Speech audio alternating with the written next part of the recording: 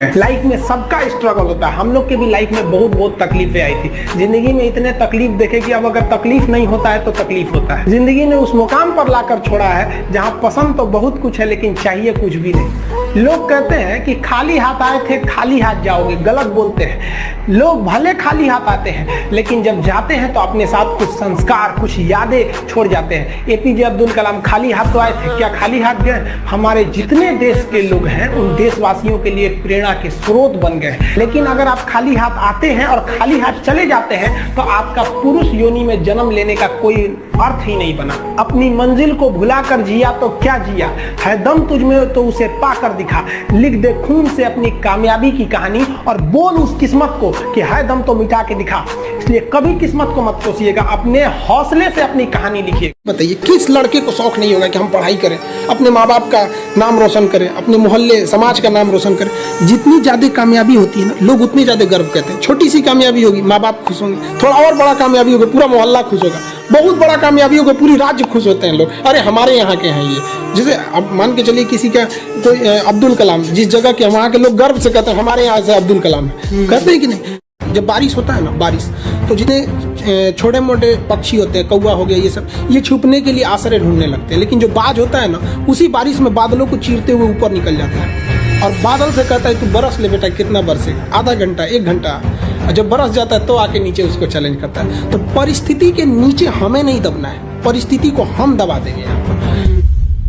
जीवन में संस्कार का भी बहुत बड़ा मोल होता है। आप अपने विचारों से स्वतंत्र रहिए लेकिन संस्कारों से बंधे रहिए। कभी भी अहंकार मत रखिए, क्योंकि आप कितनी भी बुलंदी पर क्यों न चले जाएं, लेकिन याद रखिएगा आसमान में बैठने की जगह नहीं होती है। जो भी बुलंदी पे जाएगा उसको एक न एक दिन, आज नहीं तो कल, उसको वापस इस धरती पर आना है। इसलिए बुलंदी को देखकर बहुत जल्दी घमंड में नहीं आना चाहिए और हमेशा याद रखिए बड़े बुजुर्गों से मिलकर बैठना चाहिए, उनसे बातें करना चाहिए। बड़े नायाब होते हैं ये लोग, कुछ लम्हों में जिंदगी के तजुर्बे बता देते हैं। कमजोर व्यक्ति ही दूसरे काम का बदला लेता है, लेकिन जो ताकतवर होता है वो माफ कर देता है। लेकिन जो बुद्धिमान व्यक्ति होता है वो इग्नोर कर देता है, नजरअंदाज कर देता है और बच के निकल जाता है। क्योंकि अगर कोई व्यक्ति आपको पहली बार धोखा दिया तो इसमें उस व्यक्ति का गलती है, लेकिन वही व्यक्ति अगर दोबारा धोखा दिया तो इसमें आपकी गलती है। सबसे समझदार होके चलिए और मिजाज में कुछ सख्ती भी रखिए। लोग पी जाते अगर समंदर खारा नहीं होता तो थोड़ा सा सख्ती भी बना के रखना चाहिए। अगर आपको काबिल बनना है ना, बाज की तरह उड़ना है, तो बार बार बोलते हैं इन तितलियों का साथ छोड़ दीजिए। क्योंकि 10 साल बाद लोग आपसे मिलेंगे ना तो पूछेंगे तुम्हारी हैसियत क्या है, तुम कितना कमाते हो। ये नहीं पूछेंगे तुम्हारी गर्लफ्रेंड थी कि नहीं थी। यहाँ समझ में आ गया, ये सब टेम्परेरी चीज होते हैं। सभी सब हटाइए ये सब चीजों को। जिस दिन आपको जिस दिन रियलिटी समझ में आएगी ना, उस दिन कोई हम आपको क्या बोले। आज जिनको आप सब कुछ खोकर पाने की तमन्ना रखते हैं, एक वक्त आएगा जब वो मुफ्त में मिलेंगे तो आपको मंजूर नहीं होगा। ये सब चीजें फालतू होती है, लेकिन अभी उम्र की गलती होती है। उम्र के बाद सब सुधर जाते हैं। कृष्ण भगवान का भी एक उम्र था जब गोपियों के पीछे घूम रहे थे। एक उम्र आया, भाड़ में गई गोपियां, मारा देखे महाभारत करा के रख दिया। कृष्ण भगवान तब तक नहीं कहलाए जब तक उन्होंने गोपियों का साथ नहीं छोड़ा, तब तक वो केवल कन्हैया कहलाते थे। भगवान तभी कहलाए जब उन्होंने लड़कियों का साथ छोड़ा। तो अब तक केवल आप विद्यार्थी कहलाएंगे जब तक कि लड़की या गर्लफ्रेंड के साथ रहेंगे। जिस दिन इनका साथ छोड़ेंगे ना, उस दिन दुनिया आपको देखेगी। सीढ़ियां उन्हें मुबारक हो जिन्हें छत तक जाना है। आपकी मंजिल आसमान है, रास्ता आपको खुद बनाना है। अपनी मंजिल को भुलाकर जिया तो क्या जिया, है दम तुझमें तो उसे पाकर दिखा।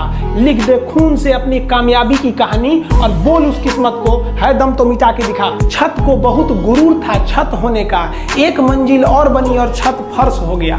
तूफान ज्यादा होती है तो कश्ती डूब जाती है और घमंड ज्यादा हो जाती है तो हस्ती डूब जाती है। पतंग को पता होता है कि उसका अंत एक कचड़े में जाकर होगा, लेकिन उससे पहले उसे आसमान छूकर दिखाना होता है। पहाड़ों को चीरते हुए जब नदी निकलती है ना, तो कभी नहीं पूछती है कि समुद्र अभी कितना दूर है।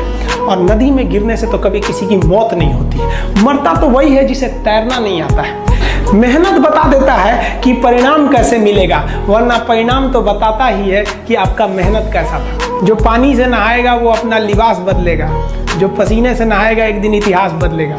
जियो के डाटा से सस्ता फीस है। हम लोग की फीस कितनी रहती है? 200 रुपये में हम लोग पढ़ाते थे तो 4 महीने, 50 रुपये भी नहीं पड़ा महीना। और हम लोग के वक्त में ऐसा नहीं था।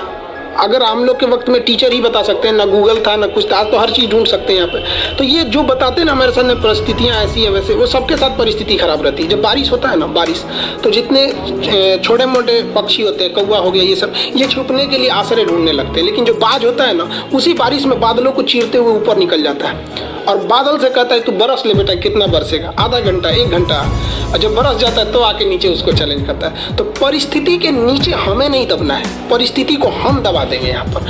इस दुनिया के कुछ दस्तूर हैं, आप किसी के लिए कितनी भी भलाई कर दे वो याद नहीं रखेगा, ये दुनिया का दस्तूर है। और आपकी गलती को कोई भूलेगा भी नहीं, इसे आप बुरा नहीं मानिए, ये दुनिया का दस्तूर है, इसे आप चेंज नहीं कर सकते। जैसे सूरज पूरब से निकलता है वैसे ही ये चीजें होंगी।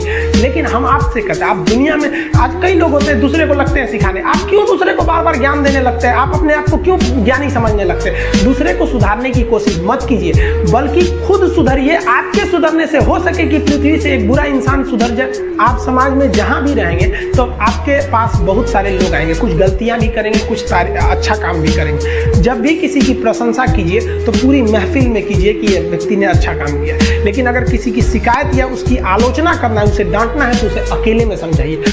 रही बात रिजल्ट की, तो एक बात आपको बताते हैं, रिजल्ट जब भी होगा तो वो आपके पढ़ने से होगा।